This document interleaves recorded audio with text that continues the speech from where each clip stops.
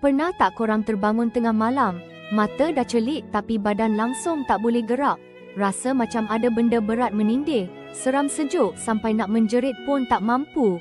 Orang panggil kena tindih hantu, tapi betul ke itu kerja makhluk halus? Atau ada penjelasan saintifik yang lebih mengejutkan di sebalik fenomena menakutkan ni? Sebenarnya, apa yang korang alami tu dikenali sebagai sleep paralysis atau kelumpuhan tidur. Ia berlaku masa fasa REM dalam tidur kita. Masa ni, otak kita aktif bermimpi, tapi badan pula terkunci. Sementara, ini mekanisme semula jadi elak kita bertindak ikut mimpi. Kadang-kadang, kita terjaga sebelum kunci ni terbuka sepenuhnya. Hasilnya, kita rasa tak boleh gerak, panik. Jadi, kena tindih ni bukan hantu, tapi cuma glitch dalam kitaran tidur. Ia tak bahaya, cuma sangat menakutkan.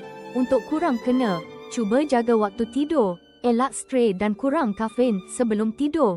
Fahamkan sekarang, jangan risau lagi ya. Semuanya ada penjelasan saintifik.